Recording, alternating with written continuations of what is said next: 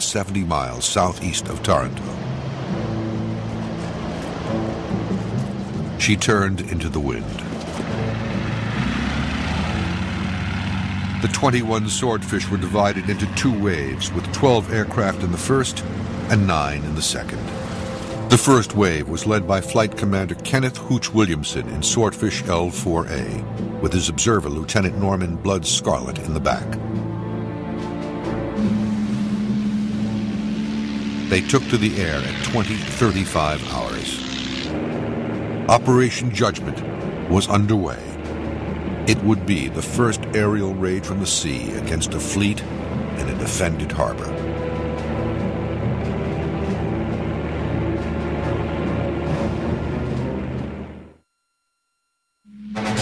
November 11th, 1940, Operation Judgment was in motion. During the flight towards Taranto, one Swordfish became separated from the formation in some clouds. By chance, the aircraft piloted by Lieutenant Swain arrived almost 30 minutes before the other aircraft. It was soon detected by the Italian listening devices, and the defenders were ready for action. With the element of surprise lost, the remainder of the first wave were met with a ferocious barrage of fire.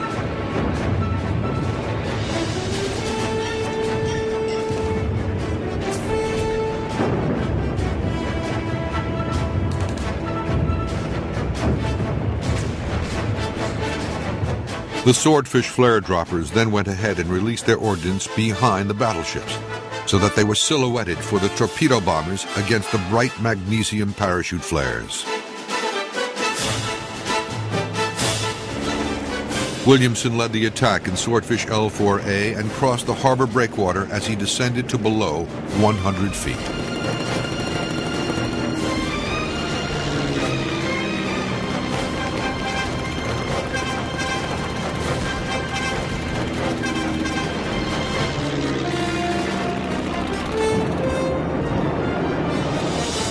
As the massive battleship Conte di Cavour loomed up in front of him, Williamson released his torpedo.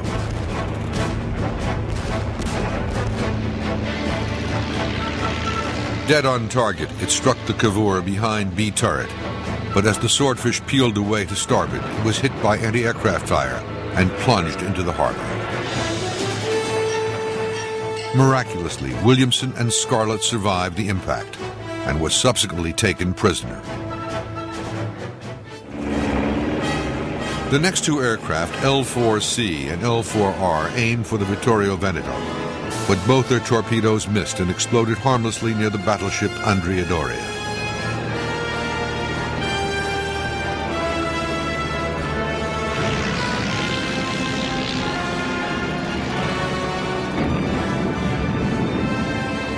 By now, the anti-aircraft fire was intense as the second flight came in, with L4K in the lead. Its pilot, Lieutenant Kemp, dropped his torpedo at a range of 1,000 yards and immediately put his Swordfish into a steep climb. Below him, his torpedo ran true and hit the battleship Littorio on her starboard bow.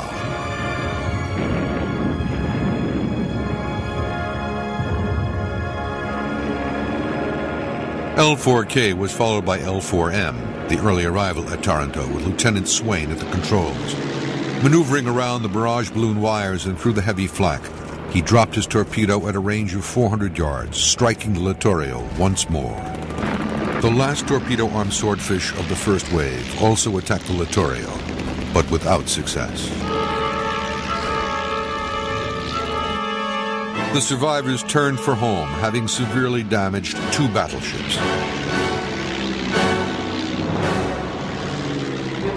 Meanwhile, the 4 bomb-armed Swordfish attacked the warships in the Mar Piccolo with little success because of defective bombs. But L4L, with Sub-Lieutenant Sara as pilot, managed to destroy a seaplane hangar nearby. The last Swordfish of the first wave departed Taranto at 23:35 hours, as the Italians continued to spray shells and bullets into the air. 2 hours earlier, the 9 Swordfish of the second wave, led by Lieutenant Commander Ginger Hale, took off from the HMS Illustrious. But 2 of the aircraft collided on the dark flight deck, and one of them was badly damaged. The other was quickly repaired and followed the other 7 about 20 minutes later. Then another swordfish succumbed to a technical problem and was forced to return to the aircraft carrier. As the remaining swordfish approached Taranto, they were met by a curtain of anti-aircraft fire. 2 flare droppers flew ahead to illuminate the targets in the Mar Grande.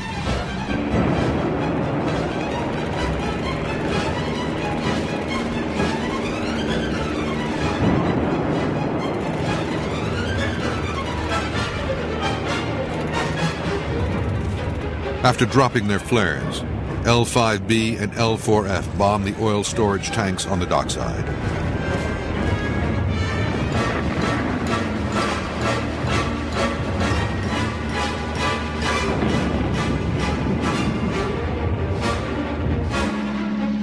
Hale led his 5 torpedo-armed swordfish in from the northwest. The Littorio was hit twice more, once again in the bow and once on the starboard quarter, but the torpedo failed to explode. In the firestorm, E4H was hit and Lieutenants Bailey and Slaughter were killed.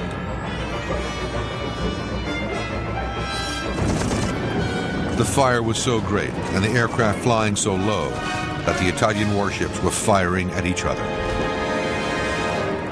Then Lieutenant Lee in L5H came flying past the mouth of Mar Piccolo and straight towards the battleship Caio Duilio.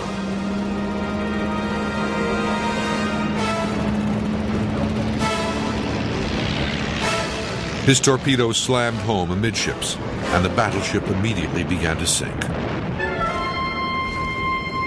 The next swordfish, L5K, flown by Lieutenant Torrens Spence, was headed for the Vittorio Veneto, but luck was with the battleship as the torpedo went wide before exploding. The final swordfish then attacked the Veneto, but it also escaped destruction.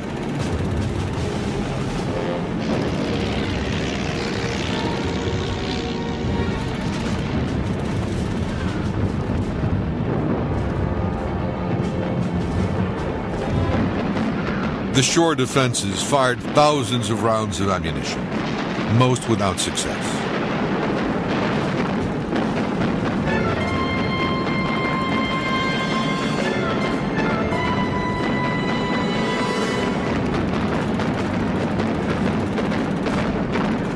By 0300 hours, the last swordfish landed on the deck of HMS Illustrious. The planners of Operation Judgment had expected at least 50% casualties for the attacking aircraft, but in fact only 2 swordfish were lost and 2 aircrewmen killed. With 3 Italian battleships sunk, it was a great victory. The morning after the raid on Taranto, news of its success spread across the Mediterranean fleet.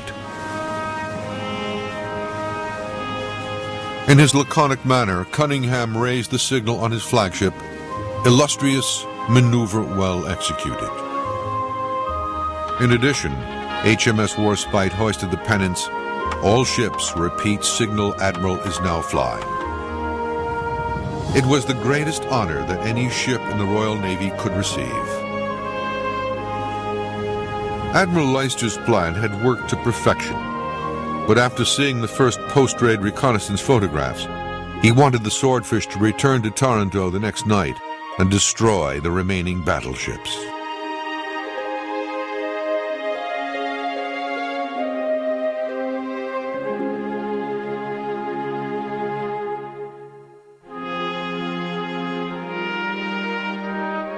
The swordfish crews felt that they had done enough. Fortunately for them, the weather turned foul and flying became impossible. The Italians were now left to survey the damage. The Littorio had sunk by the bow after suffering 3 torpedo strikes. Remarkably, they salvaged the remains, and it returned to service just 5 months later. The Caio Duilio had been beached by its crew as it was sinking, but within 6 months it was also repaired. The Cavour had settled on the bottom of the harbor and was not repaired before the war's end.